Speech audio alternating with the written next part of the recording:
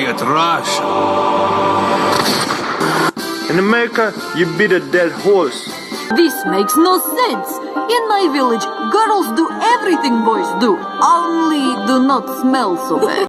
In Soviet Russia, dead horse beats you.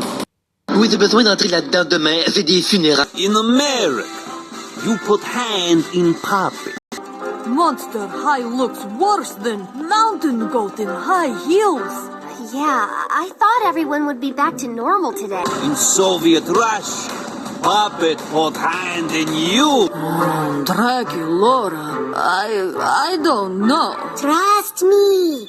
Yes, and I'll share my least favorites to keep the theme going. A favorite of mine is her art class doll. She looks like one of those pretty rich girls that you'd see at a ski resort. I used to not like Sweet Scream's Abbey. I think I was comparing her to the other dolls in this line, which I thought better. Looking at her by herself, I think I actually like her now. Normally white is her color, but she does look really good in black. Her in 13 Wishes, like her shadow ghoul look, which she should have gotten a doll. Floor Maze is just another instance of Abbey being upstaged by her peers because she came in a 2-pack with Gulia, and tell me why. Gulia looks so cute with her brain helmet. Meanwhile, Abbey has this weird-ass bob with a highlighter stripe in the middle. Her outfit looks like she just went to the dollar store and got some, like, scrap fishnet and just taped it on her. Love Roswell doll. They really had her looking like an ice princess. I really love when they lean into her aesthetic with, like, the icicles. Like, I don't really like when they do this. She had this music festival doll, and, like, it's fine, but it just didn't...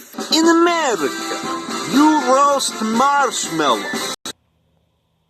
Abbey is a Yeti, which is essentially just a wintry version of Bigfoot. As we discussed, she is not Russian, but from... Mountain top in Himalayas. Of course, her accent doesn't really reflect that, but they changed that in G3. Well, I appreciate Excuse-moi, mais c'est descendu de te péter la tête sur la vitrine dans laquelle se trouve le dernier homme requin. C'est dans cet épisode-là qu'il a convaincu un ami de se suicider. Je te remercie. Himalayan, chances are you grew up hearing cautionary tales about Yetis. It is up to you to decide if you think they're real or not, but this is Monster High we're talking about. She's the daughter of 2 Yetis who are actually family friends with Headmistress Bloodgood, and it was her idea for Abbey to attend Monster High in the first place. So that's how she became an exchange student. Her last name is a play on the abominable snowman, which is just another term that Yetis go by. Also, all her talk about yak cheese is just another nod to culture. Bon, écoute, mes burritos se décongèlent rapidement, alors je vais aller droit au but. T'es trop tard, j'ai vendu ton âme hier soir. Abbey's a Yeti, so of course she's super tall. She's like 6'1", and she wears an ice crystal around her neck to regulate the environment around her, so she stays freezing cold all the time, just how she likes it. And because of this, she cries ice crystals and she sneezes ice too. She has a little fling with Heath Burns, which is clearly Monster High trying to do like the opposites attract thing. Soviet Russia. You are not Russia!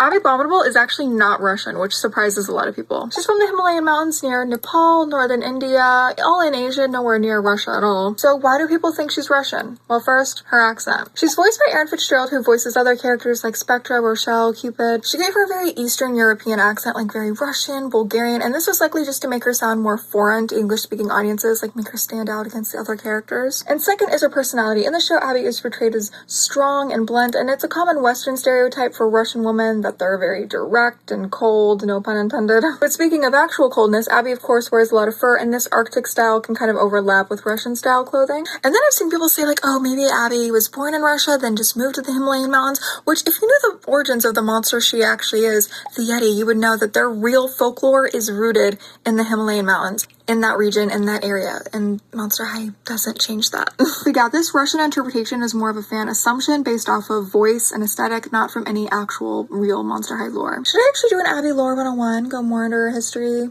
I think it's her time. Comment snowflakes if I should.